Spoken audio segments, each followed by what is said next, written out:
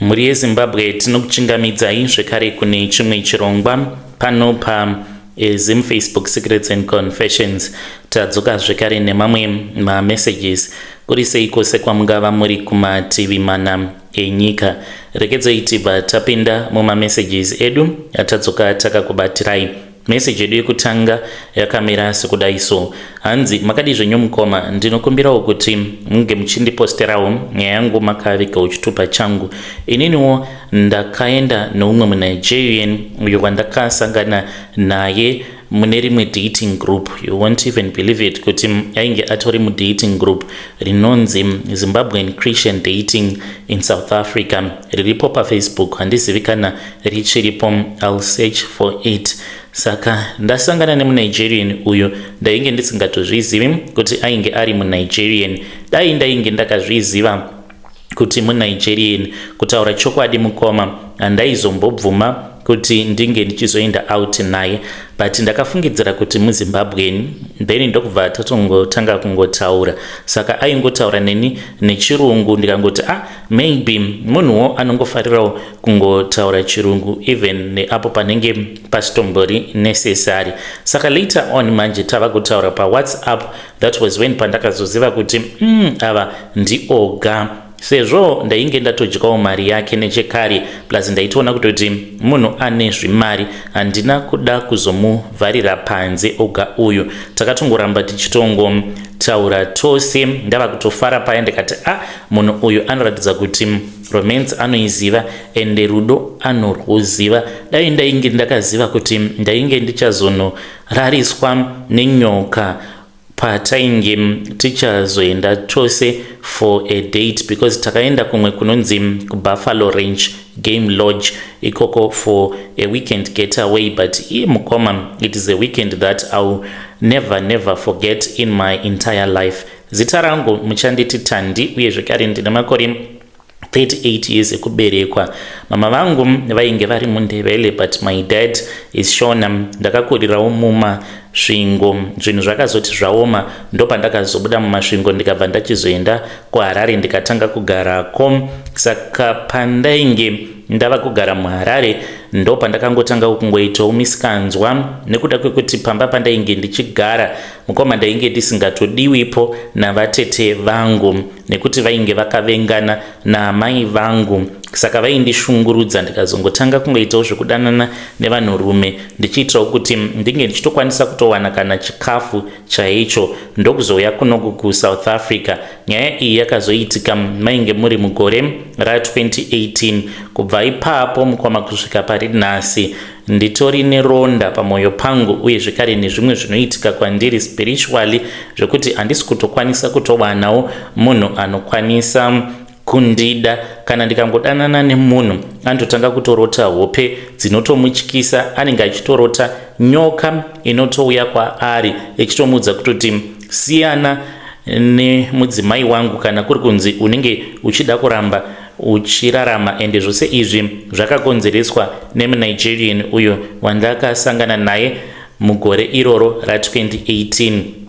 Tasangana mugrupu tikatanga kutaura tose. The first time when I met him, takasangana kune kamwe kakawash.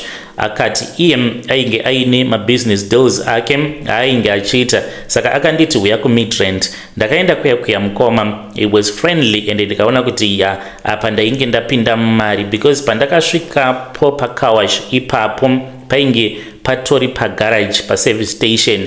Ndakatoona kutoti painge paine vanhu vaiva nemazimotikari akanaka, mazi-SUV, maSouth African zvekare nemaNigerian. Saka ainge akatogara nemafriends ake maNigerian vachitonakidzwa paya, vachitonwa doro ravo nekutogocha. Akangonditi baby uya ugare apa, ndokutotanga kutoenjoya mabhiya. Ndainge ndagara ndiri munhuwo wemabhiya, saka hazvina kumbondinetsa uye I felt comfortable. Ndikatotanga kutonwawo doro navo. Saka takazoti after that akabva achizondipa mari. Ndaitofungidzira kuti tainge tichazoenda tose kumba kwake, but what surprised me, akandipa mari akabva ati ndikuda kuti unge uchidzokera kumba kwako because kune kwandiri kufanira kuti ndinge ndichienda. Ndakatorwadziwa mumwoyo mangu because pfungwa dzangu dzakangondiudza kuti munhu uyu ane rimwe bhebhi raainaro. I did not know kuti zvinhu zvake sezvo zvainge zviri zvinhu zvemishonga kutorara nemunhukadzi aitotanga atokumbira first. 2 days later after tabva mukunetsana pafoni, that was when paakazoenda neni kunonzi kuBuffalo Range Game Lodge. It was beautiful. Ndainge ndisati ndakambonorarawo munenge muine mhuka. It was so quiet, clean, makazara varungu vamwe vainge vachiita camping.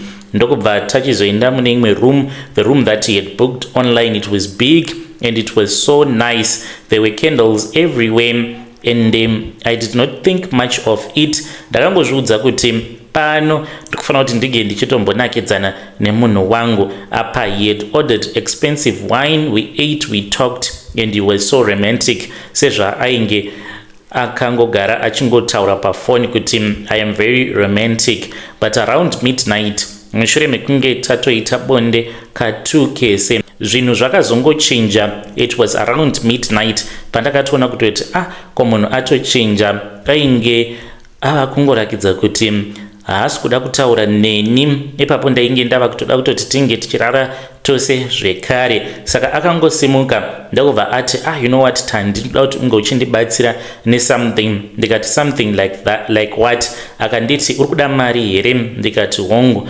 Akandibvunza kuti ndainge ndichida mari. Ndakamuti even 6,000 rands. Akaseka akati Tandi 6,000 imari here? Taura mari ine musoro yekuti unokwanisa kutomboenda kunyika kwako kuZimbabwe. Ndikati 100. Akati 100 yazowanda, ndinokwanisa kukupa 50. Ndikati 50,000. Akabva anditi yes, ndinokwanisa kukupa 50,000. Ndikati ndipe izvezvi nditokwira truck nditoenda kuZimbabwe. Akaseka akanditi not so quick, pane zvandoda kuti unge uchindibatsira nazvo. Ndikati something like what? Ndopaakabva achizotora satchel iro randaifungidzira kuti musatchel mainge muine laptop, sezvo iye ainge akati munhu anongogara ari busy nguva dzose. Saka akati atora chibhegi ichocho ndopaakabva achizobuditsa nyoka mhenyu mukomanachi. Ndakascreama, but pandakascreama chakandinetsa ndechekuti voice rangu harina kana kutombobuda. Ndainge ndava kuita sekunge munhu atoshoshomara izwi. Ndokubva ndamubvunza kuti konyoka iyoyo ainge achida kuita sei nayo. Akabva anditi ndoda kuti unge uchindibatsira. Handiti wati kuda kuti tinge tichizorara tose third round? Ndikati yes, but handichadi, mafeelings angu atopera, ndava kutotya. I want us to leave this place right now. Akanditi no Tandi, ndoda kurara newe, but nyoka iyi pandinenge ndichirara newe inenge iri pasi pebed, ndotokupa 50k.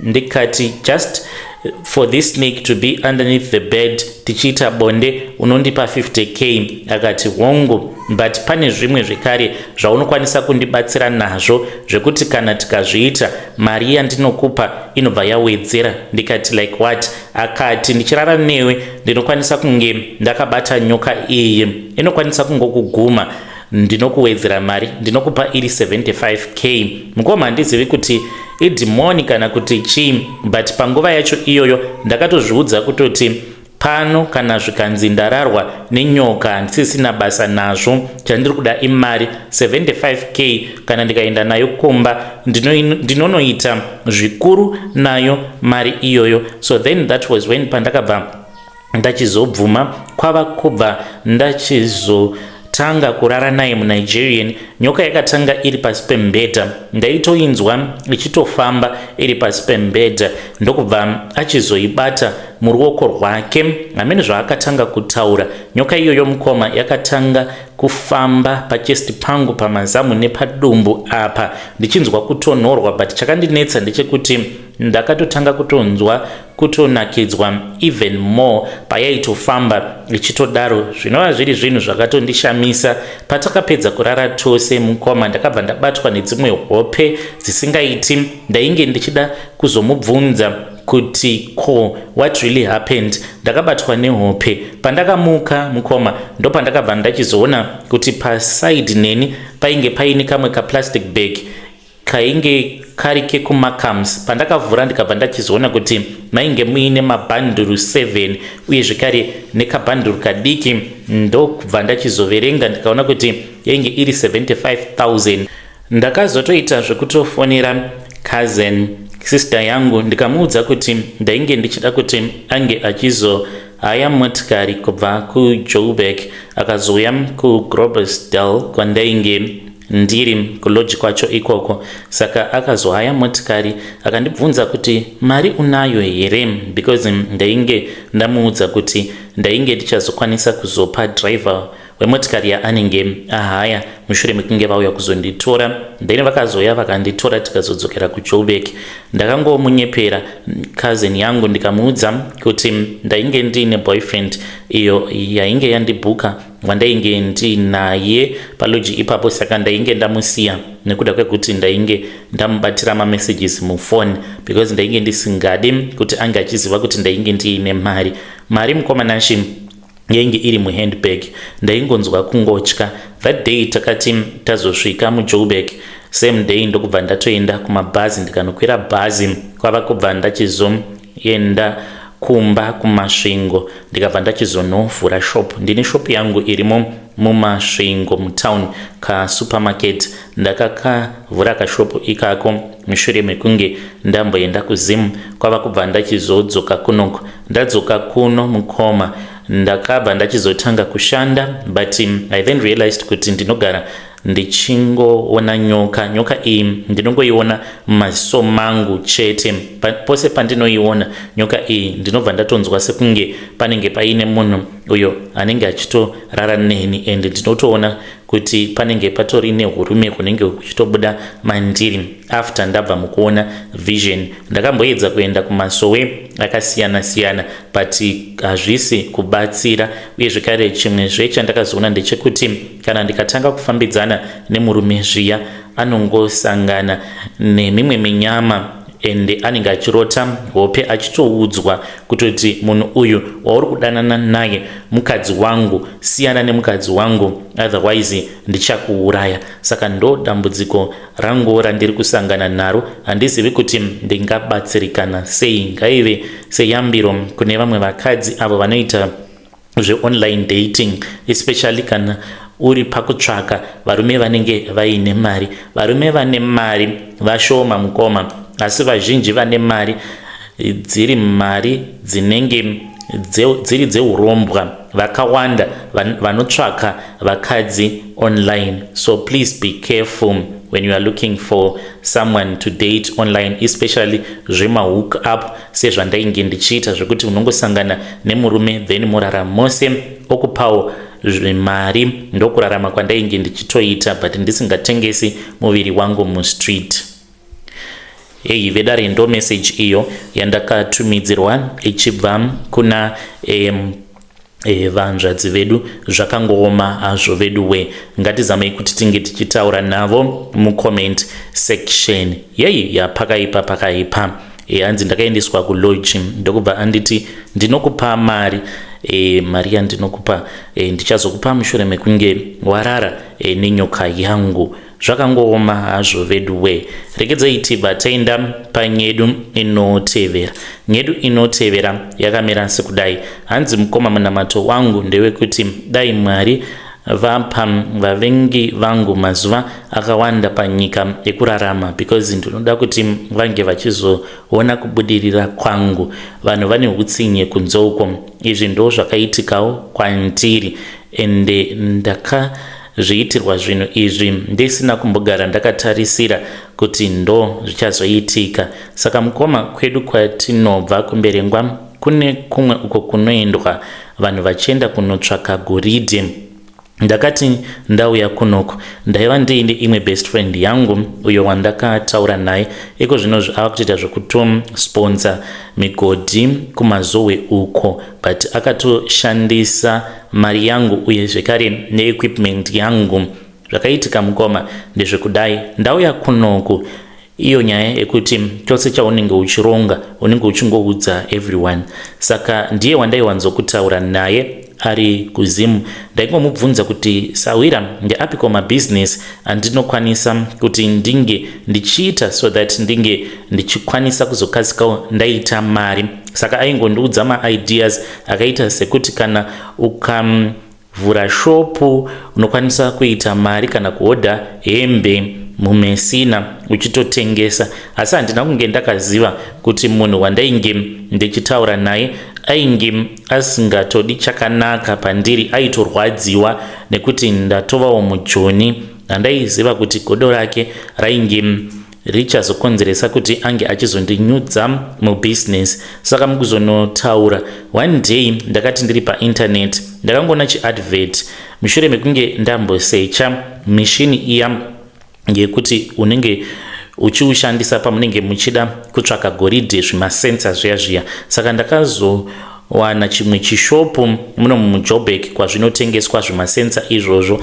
Zvino zvainge zvichidhura zvimasensa izvi, zvaita 20,000 rands. Mukoma kana ndikazvifunga dzimwe nguva ndinotombobatwa neBP nekuda kwezvakaitika. Ndakati ndaunganidza mari 20,000 gore iroro mukoma iro randakasarudza kuti ndinge ndichizviita. That year ndakaita gore rose ndainge ndichingodya sadza nemazai mukoma. Ndaitenga crate rangu remazai, madomasi angu 12.5 2 liters yemafuta.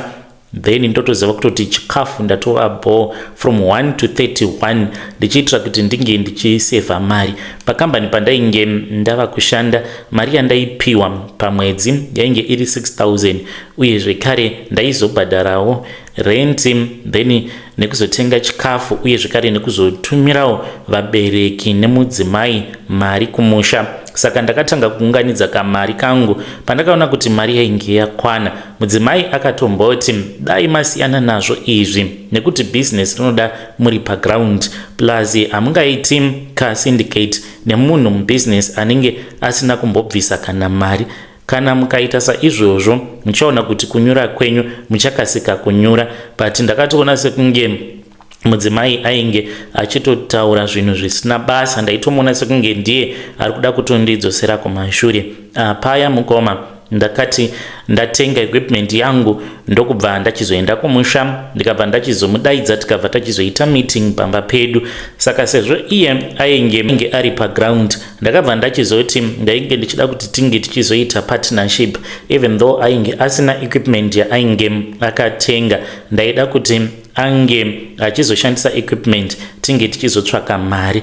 Vabereki vangu vakatomboramba vakati zvinhu zvakadaro zviitiki, kuti iwewe unoti watenga masensa acho then mobva mati munenge muchingoita fashion. Ndikati aiwa, ndiye anenge achishanda ari paground sezvo aizvinzwisisa izvi zvichikorokoza. Vabereki vakati uchachema nazvo zvauri kuita izvi. Saka ndakabva ndachizodzoka. Ndichidzoka shungu dzangu dzainge dziri dzekuti ndinge ndichitenga mapampu, makompresa, then neimwe sensa. Pandinozodzokerako ndinenge ndava kusatodzoka kunongo kujoni, ndava kutoita izvozvo. Zvekare ndaida kuunganidza mari yekuti ndinge ndichizoita zvekutenga nekutengesa goridhe.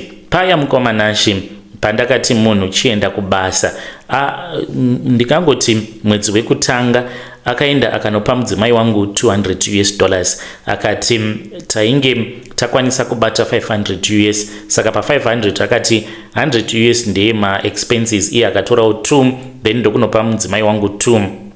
Ndikatofara mukomanashi, ndikatoudza mukadzi ndikati uri kuona zviya zvandakakuudza kuti now we are going to be making money. Handina kunge ndakaziva. Mukomana mwedzi wenumber 2 haana kana senti raakaendesa. Akati zvinhu zvakadhakwa mazuva, business riri very low and very poor.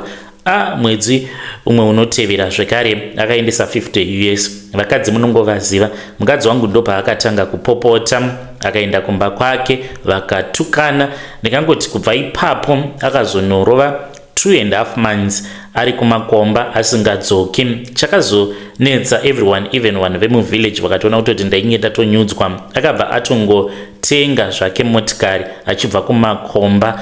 Takanetsana. Saka tanetsana kudaro, guess what he did? Akatongoya neequipment. Akabva ati chisenza chenyu ichi izvo munhu ainge atotenga equipment yake. Mukomana chandifi ndakazvikanganwa. I still remember the day apo pandakafonerwa nemukadzi achiti vauya kuzosiya sensor, and sensor mukoma sechinhu chainge chichishandiswa nemunhu ainge asina kana sent raainge akabvisa pa equipment iyoyo, aita kushandisa rafu mukoma. Ndakangozvipawo hope yekuti ndichangoenda ndongonoenderera mberi nebusiness. Ndini uyo ndikasimuka ndichibva munomu muSouth Africa ndakananga kuZimbabwe.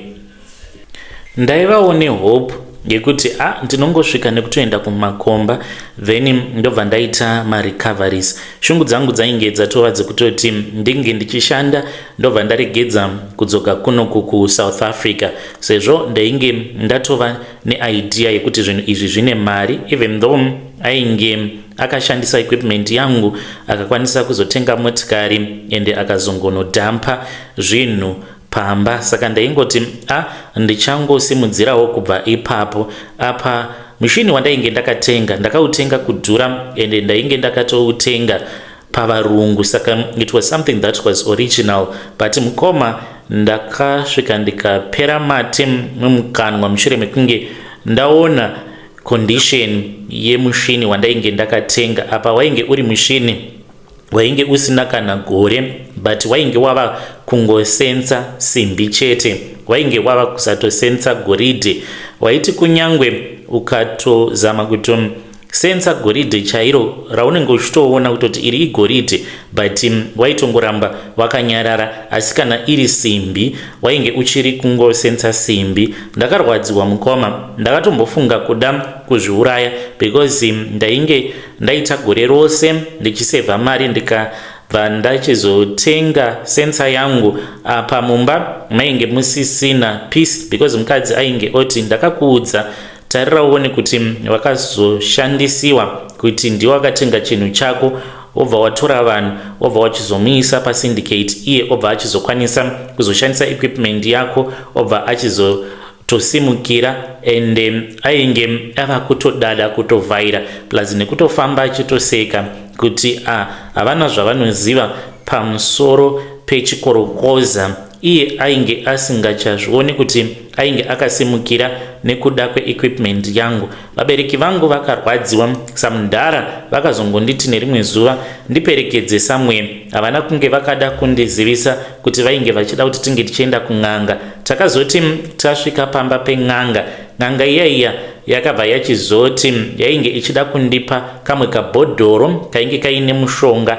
Ndopa ndakazoramba ndakazotoripiswa nembudzi because yakanditi ndatozvifumura pamberi pako ende hauchadi kuti unge uchigamuchira zvinhu zvandiri kuda kukupa, because ndakatya ndikati zvandava kuda kuita izvi because vakati kabhodhoro aka ndikuda kuti unge uchizokapisa mumoto. Saka kupetana kunoita plastic paya richiunyana kana rakandirwa moto, vakati ndo zvainge zvichazoita motikari yake apo paanenge achidriva mushure mekunge aita accident. Vakati achangoita accident ari ega motikari kana kuti iye nemhuri yake vanongofirapo pasport. Mukoma ndakati ndakagara po pamba pen'anga iyoyo ndambonzi ndinge ndichibuda panze ndinge ndichifunga nezvazvo, ndikati Mwari handingamboiti zvinhu zvakadaro kana akandiitira hutsinye hwaakandiitira, asi imi ndimi munoziva. Zvina hazvo basa ndikadzokera mumatare,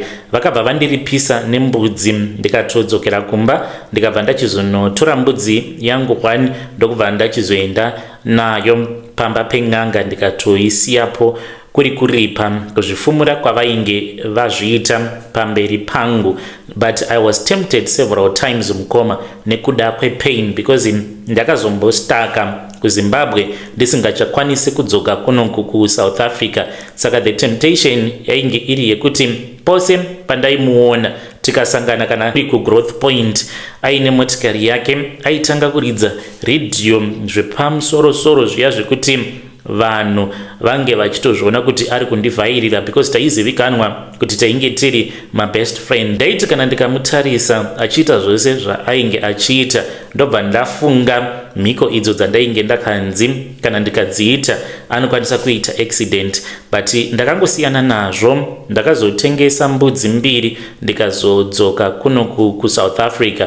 Mukoma upenyu hausati hwabatana. Losi yandakaita ipapo handizivi kana ndikakwanisa kuzorikavha zvekare, ende dambudziko ratovapo nderekuti kunyangwe ndichida kusevha mari, basa randava kushanda iko zvinozvi harinawo mari, saka utori mutsutsuru plus nekuda kwegore iroro iro randakaparadza ndichisevha mari, zvekare negore rinotevera racho iro randainge ndava kuti ndava kusimukira mubhizinesi nemari yandakazoshandisa zvekare. Saka kuzonyura kwandakaita mukoma itori future yandakatorasa ipapo nekuda kwekuti ndakaita zvinhu ndisiri paground. But munamato wangu zuva nezuva pandinopfugama nemabvi angu awa ndewekuti Mwari dai mamupa mazuva akawanda panyika so that ange achizoona kubudirira kwangu, kunyangwe zvikanzi ava nemari yakawanda sei, but yake mari akaiwana mushure mekunge ashandisa equipment yangu. Nerimwe ramazuva Mwariwo vachandiropafadza ndichazosimukira, kunyangwe zvikanzi zvatorawo nguva, but I trust in God. Hey vedare, ndo message iyo yandakatumidzirwa ichibva kuna mukoma vedu ava. Zvakangoma hazvo vedu we, hanzi ngava mupe mazuva akawanda panyika so that ange achizoona kubudirira kwangu. Kana kuri kunzwo wakaitirwawo utsinye, you can come with your confession so that we can share it panapa platform. Rikidzai bataenda panyedu inotevera. Nyedu inotevera yakamera sekudai so. Hanzi makadi zvenyu mukoma, ndinokumbirawo kuti munge muchindiposterawo nyaya yangu makavika chitupa changu. Ndauyawo pano ndiine confession yangu iyo yandiinayo. Mhiko dzangu ndedzekuti ndinofanira kuti ndinge ndichiita lula nemombe katatu pagore, kunyangwe ndigere kuno ku Cape Town. Kumba ndinoenda muna April, then ndobva ndachizoenda zvekare kumba it's around June kana kuti August ndo pandinoenda kumba, then December uno ndava kutogadzirira ndinowanzo kusimuka musi wa 19 so that ndisazobatana necongestion paborder, because ndinofanira kuti ndige ndichizonorara nemombe iyo yandinozoendesa kuauction before kuauction kusati kwavarwa. Saka ndichingosvika pamba, zuva randinenge ndasvika pamba ndinobva ndatongo rara nemombe, then mangwana acho makuseni nemakomana tobva tatoendesa mombe kuauction. Saka muna December patinoendesa mombe kuauction ndinongogamuchira chero mari yandinenge ndapiwa, because ndinenge ndichifanira kuti ndige ndichiitengesa mombe yacho iyo yandinenge ndaita lula nayo. Ndo mhiko dzangu idzodzo. Kuno ku Cape Town nditori nemabhawa andakavhura zvekare ndinoitawo zvezvimotikari izvi zvimauber zvandiinazvo, saka mari iripo uye zvekare ndo zvinochengetedza madriver angu kuti vasazosangana nemaproblems muroad, kubirwa kana kutourawa chaiko. Saka ndo zvimwe zvinondichengetedza izvozvo mumabusinesses angu, especially maclubs. Kunoku kune vanhu vasingatodi kuti vamwe vanhu vange vachiita zvemaclubs, saka ndo zvimwe zvekare zvinondichengetedza zvekare nekuti vanhu vange vachizonditya. Ndakaendawo kuZambia, it is a long story. Ndaimboitawo zvekudriva matruck ndichienda kuna Zambia, saka taiwanzokupiwa mishonga yekusimbisa misana yedu nevamwe sekuru avo vandakazotanga kuwirirana navo. Vakazondiudza kuti vaiva zvekare neumwe mushonga uyo wavakati mushonga wacho unofanira kuzopota uchizouzora pasikarudzi yemombe wobva wachizorara nayo mombe yacho iyoyo. Saka pamunonoita skin to skin nemombe ndo kutoshanda kwaunenge uchiita mushonga zvekare nekurinyuwa mushonga. Vakati asi mushonga uyu unourinyuwa katatu pagore.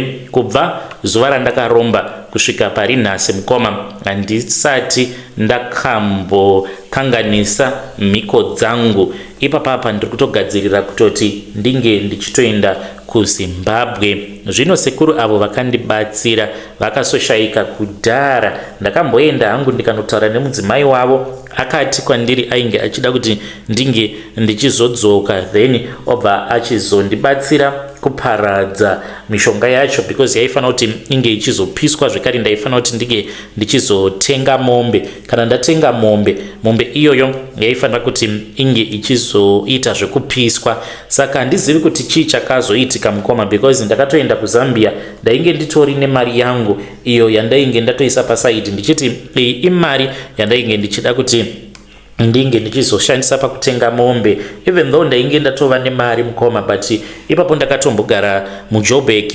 ndikatotanga kutoshanda pane imwe kambani yeconstruction, because ndakanzi mari yacho yauchazoshandisa pakuzonotenga mombe inofanira kuva iri mari iyo inenge isina ropa mukati. Saka ndaitoenda kubasa daily kusvika ndaunganidza mari yangu. Saka mombe yacho yainge yakanzi painge pachidiwa $400, then paizodiwa zvekare $50 yematare. Saka ndakabva ndachizoenda kuZambia ndiine kamari kangu. Ndiine mari kudaro mukoma, chakandinetsa ndechekuti vakomana avo vatainge tichida kutenga mombe kubva kwavari vakatombotinongedzera imwe mombe yainge iri mudanga mavo, vakazoti kune imwe mombe iri kuvillage kupikowe. Saka ndo yachienda kunotora. Izvo vainge vatofunga kuti vange vachinoba mombe. Saka vakati vaba mombe mukoma, apo pavainge vava munzira vava kudzoka ndo pavakabva vachizosungwa nemapurisa. Saka mari yangu yainge yatonyudzwa. Ndakabva ndachizonzi ndaifanira kuti ndinge ndichizodzoka zvekare, asi handina kuzodzokera kuZambia zvekare. Ndiyo secret yangu yandiinayo. Hakuna kana wemudzinza rekwedu anotombozviziva kuti izvi ndo zvandakaita. Vedare ndo message iyo yandakatumidzirwa ichibva kuna mukoma vedu avo. Ngatizamei kuti tinge tichitaura navo mukoma vedu mucomment section. Zvakangooma hazvo vedu we strange things indeed they do happen in this world. Hanzi pagore vanofanira kuti vange vachirara nemombe. Yo pakaipa. Hanzi mushonga wacho vanouzora pasikarudzi yemombe, skin to skin. Hanzi ndo zvinozoita kuti vange vachikwanisa kuzoramba vachiita mari. Zvakangooma hazvo vedu we, asi ngatitaurei navo mucomment section.